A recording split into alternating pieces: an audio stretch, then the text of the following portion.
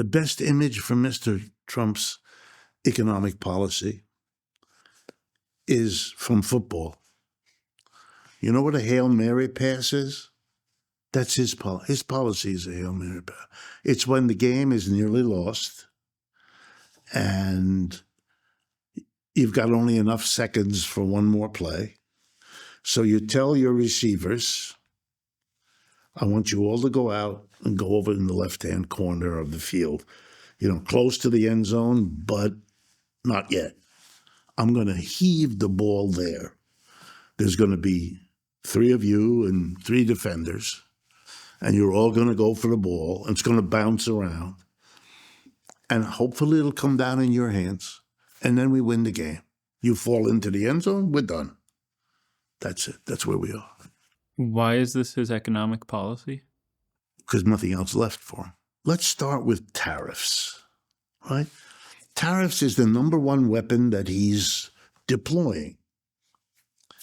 Tariffs have been in existence for hundreds of years. The United States has used tariffs at various points in its history since it was independent and could do so. So right after the Revolutionary War, we had the power to do, and we have on occasion done tariffs. Okay, number one. Number two, some tariffs were worked out in deals with the rest of the world and have not occasioned a problem because we gave stuff that we could also benefit from. I'll give you an example. In the 1960s, there was a really serious struggle when the United States wanted to levy tariffs on foreign automobiles. Why?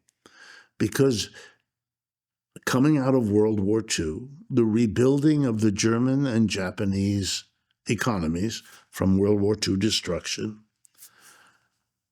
led both countries to the same strategy.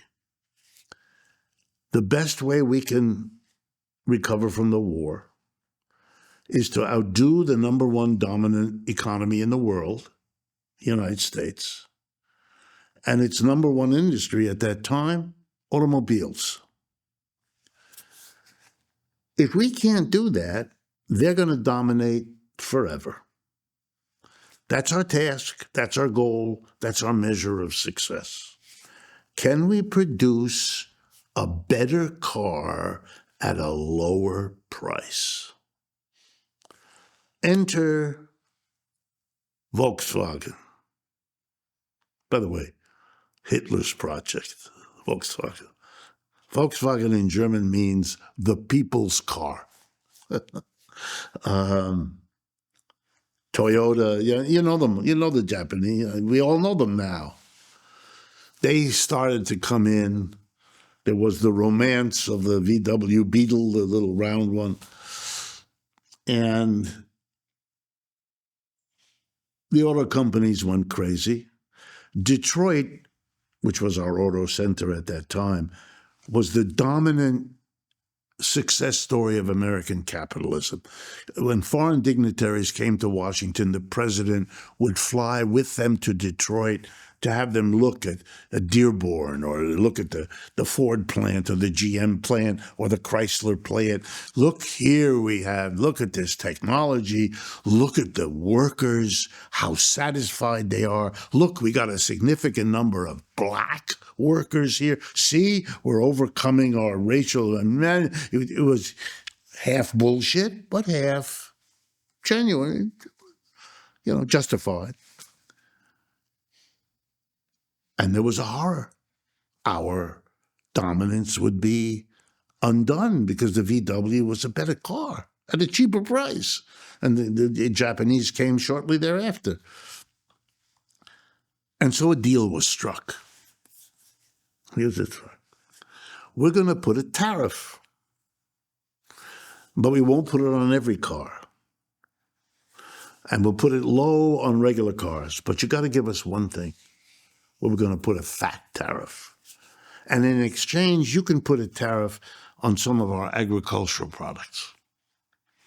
The Europeans were interested in preserving their agriculture, particularly their chicken production, and Americans are good at making chicken. The chicken is no good, but the cheap price is spectacular. Anyway, long story short, a tariff was attached to the pickup truck, a big one, 25%, compared to all the a sedan, 2.5%. That tariff has been in effect for half a century. You know why Americans celebrate the pickup truck? Why every he-man has a pickup truck? Because it's a symbol of masculinity? Not at all. You had to train the American buffoon to want that truck. You know why?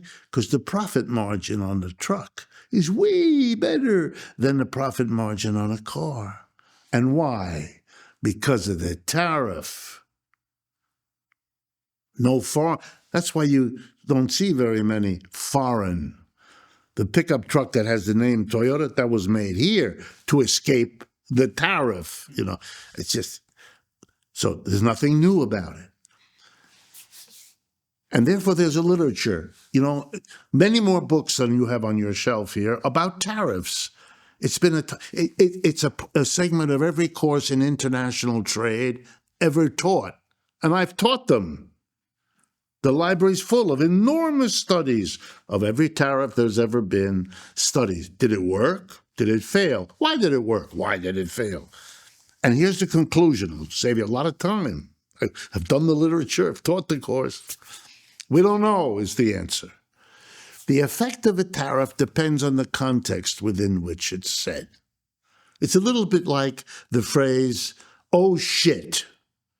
The impact of saying, oh shit, loudly in a group of people depends on that group, who they are, what they're used to. They'll either be horrified or they'll give it no notice, right? It depends on, that's what a tariff is. So when the president says, I'm going to do this, I'm going to tariff, it's going to have this result, you're talking to a moron. Somebody who is talking right out of the other end, because he has no idea what he's talking about. What will be the effect of the tariff on Canada? I don't know. And I know he doesn't know. Right? It could be, there's the Hail Mary. Could it get him the result he's hoping for? Yeah. When the quarterback heaves the Hail Mary pass, could it end up caught by his tight end? Possible. Possible. Mr. Trump's policy, if he's luckier than I don't know who, could work out. But as a policy, with his, bravado explaining this,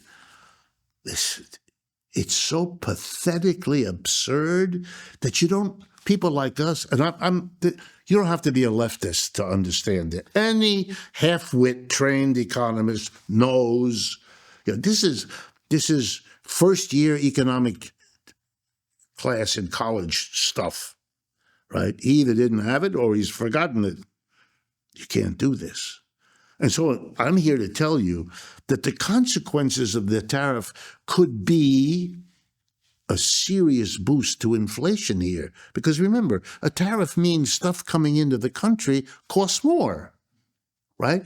A bag of coffee coming in from Latin America or from Mexico, for example, costs $100, let's say.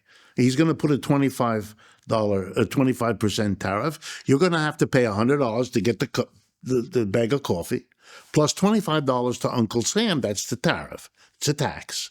Mr. Trump often says that the tariff is paid by the other country. This is wrong. It's not paid by the other country. It's paid by Americans.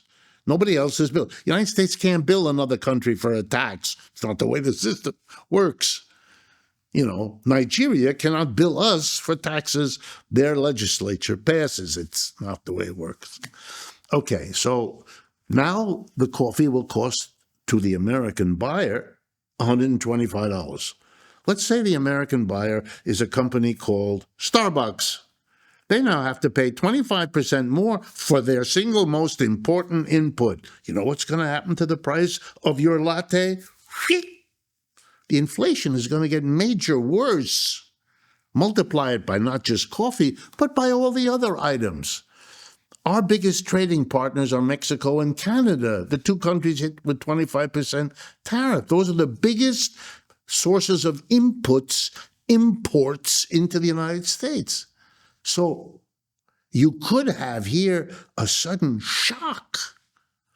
The avocado toast that the nice people like to eat, that's going to cost a fortune. The avocados all come from Mexico. In the morning, you have coffee, which I just told you will go up in price, and into it you put sugar, which is an imported product, which will go up. Welcome to America of $20 for your morning coffee. You think the working class is angry now? Oh, wait. Mr. Trump won the election in part by the antipathy towards the Democrats held accountable for the inflation that we had during the Biden presidency. Mr. Trump really want to do that now, making himself to blame? Because everybody's going to say it's because of the tariffs, and it'll be largely true.